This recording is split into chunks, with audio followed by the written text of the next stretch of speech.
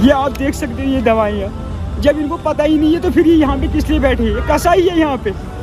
मेरा इस वक्त खून खोल रहा है। अगर मुझे बंदूक मिल जाए अल्लाह की कसम मैं सारे डॉक्टरों को ख़त्म कर दूंगा यहाँ पे। तो हो जाएगा, हम इसकी सर्जरी कर देंगे। इसका स्टमक फट गया है। जब 18 दिन तक इसके स्टमक सब ठीक थे, दवाई डालने से स्टमक फट गया, तो इनको पता ही नहीं है। इनको क्या लगता है हम यहाँ पे इल्टरेट बैठे हैं? इन्होंने डाली, बस इसी से प्रॉब्लम होगी। मेरा दिल ये कह रहा है कि इसी से। अब मैं जी शऊर जितने भी यहाँ पे जिनका ज़मीर जिंदा है ना,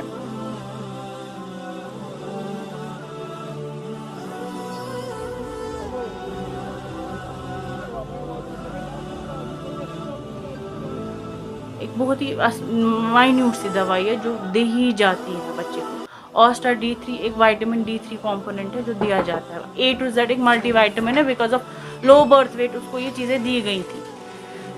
because of low birth wait, क्योंकि वो लो बर्थ वेट है, उससे ये चीज़ होगी नहीं। इसकी इंटेस्टाइन ट्विस्ट होके जब इसको अगर आप उस टाइम पानी भी देते, वो भी इसका जो है स्टमक फुला देता। आप समझ रहे हैं मेरी बात? वो भी इसका स्टमक फुला देता।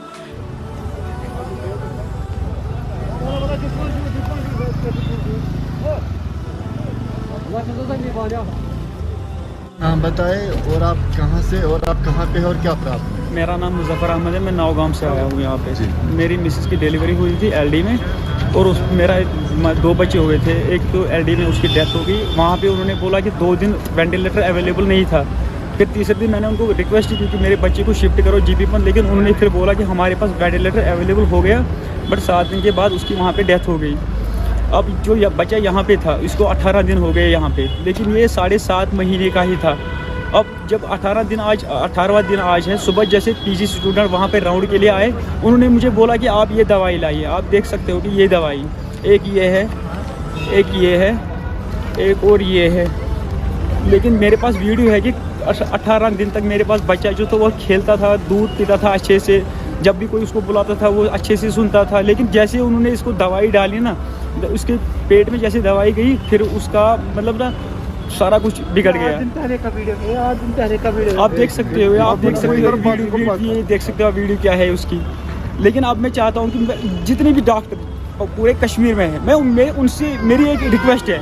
मेरे बच्चे को शायद अल्लाह ने दुनिया में रिज़्क़ नहीं रखी थी, लेकिन मेरी एक रिक्वेस्ट है, क्या ये दवाई छोटा बच्चा उसके स्टमक में ये जा सकती है? वो बर्दाश्त कर सकता है? ये आप देख सकते हैं ये दवाइयाँ, जब इनको पता ही नहीं है तो फिर ये यहाँ पे किस लिए बैठे हैं? कसाई है यहाँ पे। मेरा इस वक्त खून खोल रहा है। अगर मुझे बंदूक मिल जाए अल्लाह की कसम मैं सारे डॉक्टरों को ख़त्म कर दूंगा यहाँ पे। डॉक्टर क्या मुझे दवा खो क्या रिएक्शन?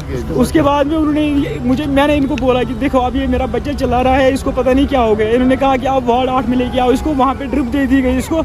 उसके बाद में उन्होंने बोला कि आप इसको दूध दे दो, लेकिन ये कंडीशन में नहीं था, कैसे मैं दूध देता है इसको। फिर उन्होंने ICU में इसको शिफ्ट किया। वहाँ पे आके मुझे बोलते कि आप यहाँ पे साइन करो, आप इसको ड्रेन लगानी है। ये सर्जरी के लिए अभी स्टेबल नहीं है, जैसे स्टेबल हो जाएगा हम इसकी सर्जरी कर देंगे। इसका स्टमक फट गया है। जब 18 दिन तक इसके स्टमक सब ठीक थे, दवाई डालने से स्टमक फट गया, तो इनको पता ही नहीं है। इनको क्या लगता है हम यहाँ पे इल्टरेट बैठे हैं? इन्होंने कश्मीर की यूथ को ख़त्म करने की कोशिश की है। ये मोदी की मिली भगत है। क्या आपने डॉक्टरों से बात नहीं की, उनसे पूछा ये कौन सी दवाई थी आपने क्यों? अब ये बोल रहे हैं सारे डॉक्टर मिलजुल के बोल रहे हैं कि इस दवाई से कुछ नहीं होगा, इससे कुछ नहीं होगा, स्टमक में कोई दिक्कत नहीं आएगी इससे। मेरी रिक्वेस्ट है, जितने भी जिनका ज़मीर जिंदा है ना डॉक्टर साहिबान, उनसे मेरी रिक्वेस्ट है, प्लीज़ बराई मेहरबानी इंसानियत के तौर, क्योंकि अल्लाह के सामने दुनिया उम्मताउन कलील, ये दुनिया छोटी है, यहाँ से आपने जाना है। क्योंकि अल्लाह ताला फरमाते हैं कुरान में, जैसे इन बच्चे रबी का लशदीद, जब इनको पकड़ होगी ना अल्लाह की, फिर ये यहाँ से जा नहीं पाएंगे। फिर इनको जैसे मेरे बच्चे को इन्होंने किया ना, मैं अल्लाह से दुआ करूँगा, तहज्जुद में खड़ा हो गया अल्लाह से दुआ करूँगा इनके बच्चों के साथ ऐसा हो, तब इनको महसूस होगा कि ये दर्द क्या होता है। क्या आपको लगता है कि डॉक्टरों की लापरवाही की वजह से ये सारा डॉक्टरों की लापरवाही, क्योंकि 18 दिन तक मेरे बच्चे को कोई दिक्कत नहीं थी। ये दवाइयाँ इन्होंने जी ये दवाइयाँ इन्होंने डाली, बस इसी से प्रॉब्लम होगी। मेरा दिल ये कह रहा है कि इसी से। अब मैं जी शऊर जितने भी यहाँ पे जिनका ज़मीर जिंदा है ना डॉक्टर साहिबान से, उनसे रिक्वेस्ट करता हूँ कि इससे प्रॉब्लम हो सकती है या नहीं। बस इतना मुझे बस इस बात का जवाब चाहिए, और मुझे कुछ नहीं चाहिए। ज़्यादा से ज़्यादा मुझे बोल देंगे आप ये डेड बॉडी लेके जाओ, क्योंकि मैंने तो एक बच्चे का पहले ही जनाजा पड़ा है। अब मैं अपने आप दिल को तसल्ली दूंगा, दूसरे बच्चे का भी पढ़ूंगा। लेकिन मैं ये चाहता हूँ कि इस दवाई से प्रॉब्लम होगी या नहीं, इतना मुझे जानना है। जो मेरे साथ हुआ किसी और बच्चे के साथ ना हो, क्योंकि मेरी तो अभी कमर टूटी है, मैं अब कुछ यहाँ पे खड़ा भी नहीं हो सकता। जी बताइए। एक पेशेंट आया है 18 दिन पहले एडमिट हुआ है, जी। रिएक्शन है to the neck of doctors, बच्चा जो है वो हमारा स्टमक जो है वो डैमेज हो चुका है और पेट भी फूल चुका है। तो एज ए डॉक्टर आप डिप्रेशन बात करके तो कैसे देख रहे हो उसको और बच्चे की क्या कंडीशन है? देखिए, इनका बच्चा जब 18th को एडमिट हुआ था, ही was admitted as low birth weight with respiratory distress. According to treatment protocol उनको सारी दवाइयाँ, एंटीबायोटिक्स वगैरह और ऑक्सीजन दे के when while he was improving, इनको वार्ड 8 से हमने वार्ड शिफ्ट किया था वार्ड 9 में। बट आज इनको एट अराउंड 1:30 ये वार्ड 8 में डॉक्टर के पास गए हैं कंप्लेन करने की इनकी बच्चे की जो पेट है वो स्वेल हो गई है। उसी टाइम जो वहाँ डॉक्टर ड्यूटी पे थे उन्होंने USG करवाया, जहाँ पे पता चला कि इनको इंटेस्टाइनल ऑब्स्ट्रक्शन हुई है, तो उन्होंने इनको नीकू में शिफ्ट कर दिया, न्यूनेटल ICU में शिफ्ट किया।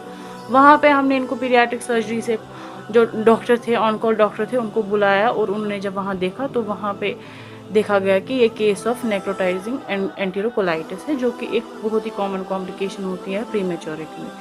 अब करंटली इनके बच्चे की स्टेटस ऐसी है कि इनका एब्डोमिनल टेंस है, टेंडर है और थोड़ी अभी सिक ही है बच्चा। इनको एज पर ट्रीटमेंट प्रोटोकॉल अभी दवाइयाँ चल रही हैं।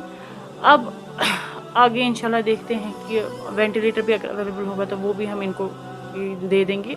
फिर अल्लाह ताला तक इंशाल्लाह will hope for the best. इनकी बच्चे की ट्रीटमेंट तो भी टॉप प्रायोरिटी है, हम will try our level best कि सब कुछ ठीक हो जाए। और एक सवाल है अगर मेरा आपसे, पेरेंट्स के एजुकेशन से किसी का जो डॉक्टर साउंड पे आते हैं, जी जूनियर डॉक्टर्स आए थे, जो ये हमने कंसल्टेशन करने की कोशिश की सीनियर डॉक्टर से, तो कोई भी सीनियर डॉक्टर यहाँ पे अवेलेबल नहीं मिला हमें सुबह से।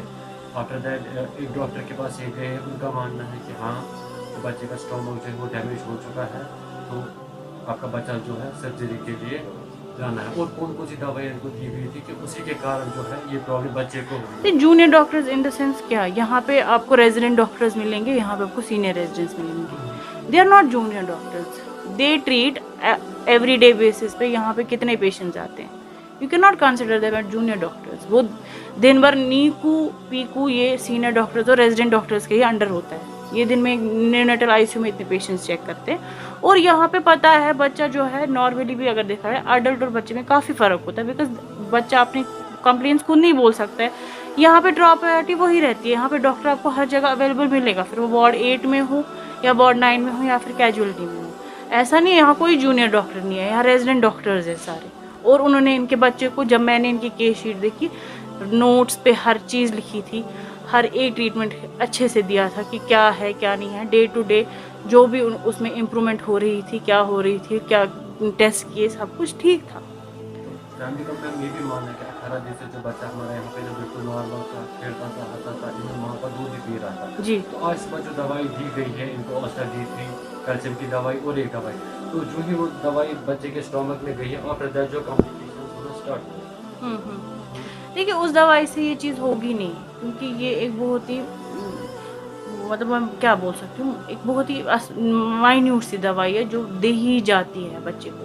ऑस्टर D3 एक विटामिन D3 कंपोनेंट है जो दिया जाता है। A to Z एक मल्टीविटामिन है। Because of low birth wait उसको ये चीज़ें दी गई थी, because of low birth wait, क्योंकि वो लो बर्थ वेट है, उससे ये चीज़ होगी नहीं। इसकी इंटेस्टाइन ट्विस्ट होके जब इसको अगर आप उस टाइम पानी भी देते, वो भी इसका जो है स्टमक फुला देता। आप समझ रहे हैं मेरी बात, वो भी इसका स्टमक फुला देता। उस दवाई से तो ऐसा कुछ हुआ नहीं है। यहाँ दिन में हर एक मतलब ऑलमोस्ट एवरी सेकंड बच्चे को ऑस्टर D3 या A to Z दिया जाता है। आज तक ऐसी कंप्लेन आई नहीं है और ना ही इस दवाई से ये चीज़ होगी। इस दवाई से कॉम्प्लिकेशन है ही नहीं, सबसे सेफेस्ट दवाई है बच्चों की।